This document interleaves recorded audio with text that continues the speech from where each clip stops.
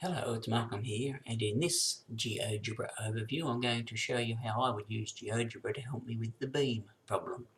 So in the beam problem I'm going to represent the circular log as a circle, and I'm going to represent the beam being cut out of it as a rectangle inscribed in that circle. And I'm hoping that by varying that rectangle I'll get some idea as what beam will be the stiffest. So here we go. Let's start off by drawing a circle of a given radius. So I come down to the circle drawing menu, a circle with centre such and radius. So I'll put the centre at the origin here, and I'll say a radius of 80. Now you can see the circle doesn't appear there, but that's because it's too big. So let me put the selection tool at the centre and then just zoom in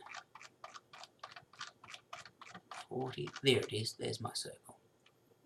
Now the other thing you'll see, if I hold down the shift key and the left mouse I can move that around, so I'll put it about there. Now the other thing you can see is this has labelled my circle here. Well, that's okay. Let me go here. If I just click on that button there, that gets rid of the label. Oops, gets rid of the whole thing. I don't want to do that, I want to get rid of the label. So let me right click here and say don't show the label. There we go. Okay, so now there's my log. I'm now going to put in my rectangular beam. So let me start off by putting a point on the circle anywhere. So I'll put one there. And now to make the sides of my beam, I'm going to draw some lines. So let's go to the perpendicular line. I'm going to select a point and perpendicular line. So here we go. I'm going to go through B and perpendicular to the x-axis. I'm going to draw another line through B and perpendicular to the y-axis. And so you can see there's two sides, sort of my beam. Now I want these points where they intersect. So if I come back to the point menu, and I can find an intersection point. So here it says select two objects or click directly on the intersection. So I'm going to click directly on that intersection and this intersection. Finally, I need one more perpendicular line, so I'm going to go perpendicular through D and perpendicular to the x-axis. Find the intersection point, and now I have the vertices of my beam, and I'm actually going to draw my beam as a polygon. So polygon, select the vertices, whoops, and it says select all vertices, then click the first vertex again. So here I go, B, C, E, D and B, and there's my vertex, my beam. You can see in here it's said poly 1, so this polygon, it's given me the area of that polygon, but that's not quite what I want because I want the stiffness. The other thing to note is that the width here is D1 and the height is B1. So now that looks like a fairly cluttered diagram. We can make things a little bit easier. Let's begin by hiding some of these points. So if I come over to the line here, line B, I can do it two ways. I can either right click here or I can just go over here and hide the whole line. Likewise, I can hide A and I can hide D. So that's good. I also don't need the coordinate system here, so if I come down to the graphics, whoops, something's selected, let me come in. This is good, this is the undo button here, so let's undo drawing that. So let's hide D one more time, go to the select button. Now I can hide the axes.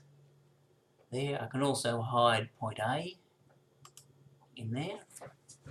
And now it's looking good. Now this is a dynamic geometry construction, so as I vary B, you'll see my different size logs that I can draw. There they are. And you'll notice that the area is changing, but we want the stiffness. So let's calculate the stiffness. And it said that the stiffness, let me call it S, is proportional to, so I'll have a constant of proportionality 1, but it's the width, so D1, times the height, which is B1 squared. And now you can see I've calculated the stiffness and it's sitting over here under number. I can actually put it on the screen if I wanted to by using the text button here. So if I go text, I can go stiffness is equal to, and then to put the actual value of the stiffness, come over here and select S, and there it is. So if I put that up in there, now as I vary B, you'll see that that number in there varies. And now I've got an idea of how to solve this problem.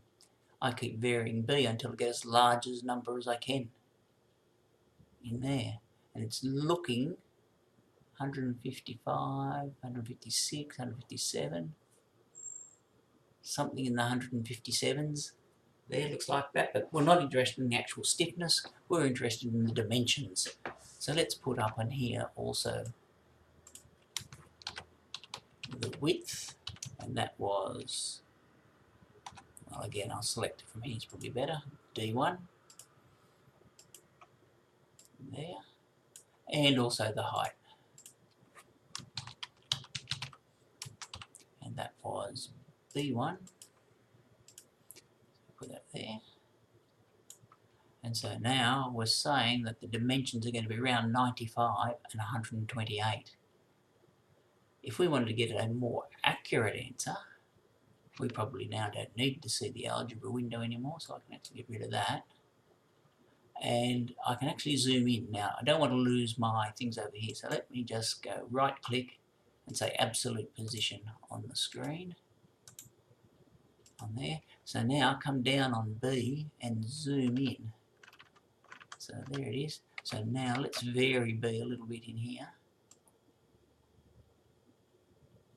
5,200, 400, 700, 800,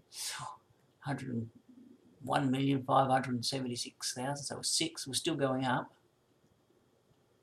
Still going up. Oh, so 540 is about as big as I saw in there somewhere. There we go, that's pretty close. So you can see if I wanted to, I could zoom in a little bit more and get more and more accurate if I so desired. And there is, in this case, I've used GeoGebra not just to help in my investigation, but in fact to give me an answer, certainly an approximation to the answer. I haven't got a great insight into the problem, but you can see I've certainly made progress.